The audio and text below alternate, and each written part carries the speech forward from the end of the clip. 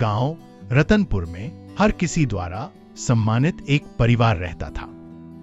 धर्मपाल, उनकी पत्नी कमला, बड़ा बेटा अंकित और अंकित की पत्नी रिया।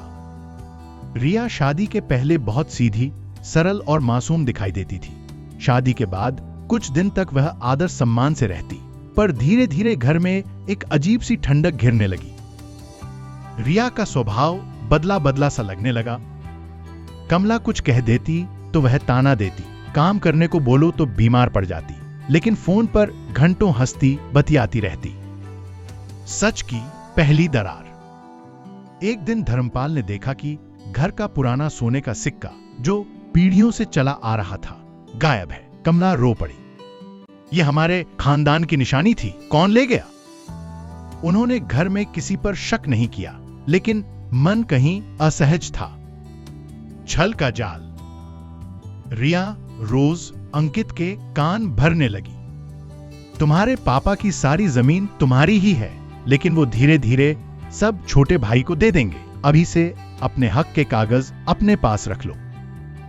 अंकित शांत स्वभाव का था, बात करता भी नहीं था, लेकिन वह धीरे धीरे रिया के शब्दों में उलझने लगा। गुप्त सच की झलक। एक रात छोटा भाई रोहित कुछ लेने रसोई में गया तो उसने रिया को फोन पर कहते सुना, हाँ 2 हफ्ते में पैसे मिल जाएंगे।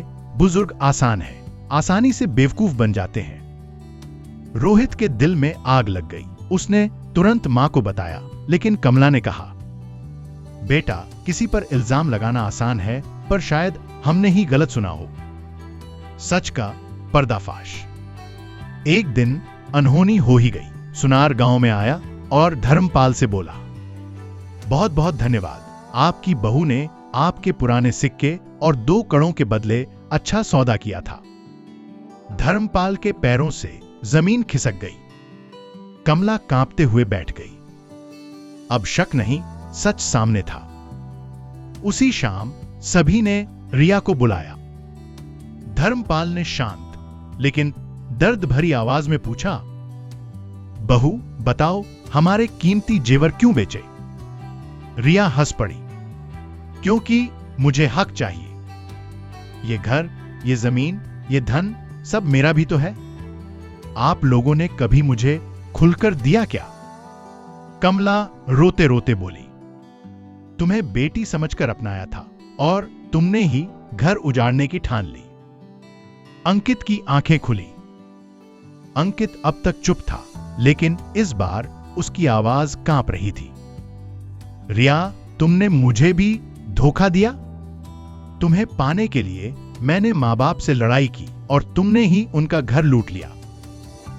रिया कड़क आवाज में बोली, जिस घर में मेरी इज्जत नहीं, वहां मैं क्यों रहूं?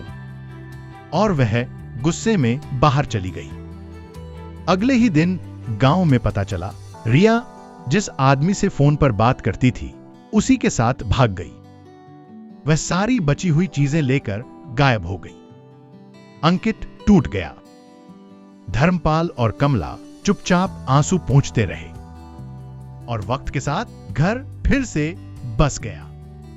लेकिन लालची बहू का सच हमेशा उस परिवार के दिल में एक घाव बनकर रह गया। पछतावे की पहली दस्तक। एक शाम अचानक दरवाजे पर दस्तक हुई। कमला ने दरवाजा खोला। रिया सामने खड़ी थी। उसकी हालत बदहाल, कपड़े फटे, आंखें लाल और चेहरे पर पछतावे की परछाई। मां, मुझे माफ कर दीजिए। उसने जैसे ही कमला के पांव पकड़ने चाहे, कमला पीछे हट गई। मुझे मां मत कहो। कमला के शब्द तीर जैसे चुभे। अंदर आकर रिया टूटकर रोने लगी। जिस आदमी के साथ मैं भागी थी, उसने मेरे सारे जेवर, सारे पैसे छीन लिए। मुझे सड़क पर छोड़कर चला गया। मैंने लालच में अपना घर खो दिया। मेरा सब खत्म हो गया। अंकित चुपचाप सुनता रहा। वह बोला, तुम्हें पैसे चाहिए थे रिया, पर तुमने हमें क्यों छोड़ा? रिया रोती रही। मैंने गलती की, बस एक मौका दे दो।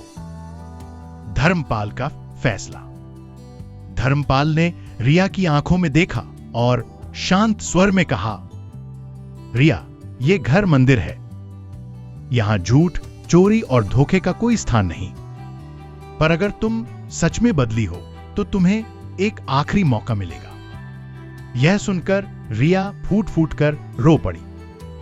कमला भी धीरे से उसकी ओर बढ़ी, पर दिल का दर्द अब भी ताजा था। रिया की परीक्षा। रिया ने घर में फिर से रहने की जिद नहीं की। उसने कहा, मैं आपकी सेवा करके अपने पाप धोऊंगी जब तक आप खुद मुझे स्वीकार न कर लें।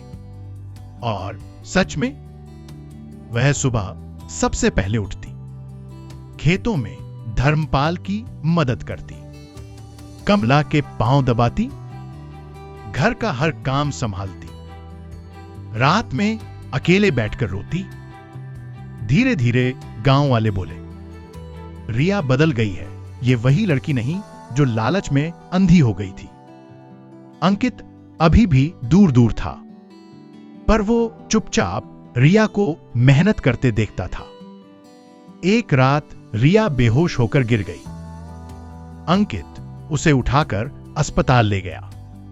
डॉक्टर ने कहा, यह बहुत मानसिक तनाव में है, इसे सहारे की जरूरत है। अंकित का दिल नरम पड़ा।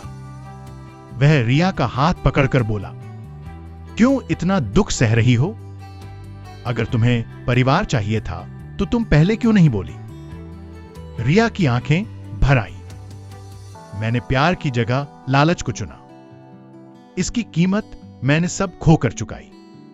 कुछ महीनों बाद कमला पहली बार रिया के कंधे पर हाथ रखती है।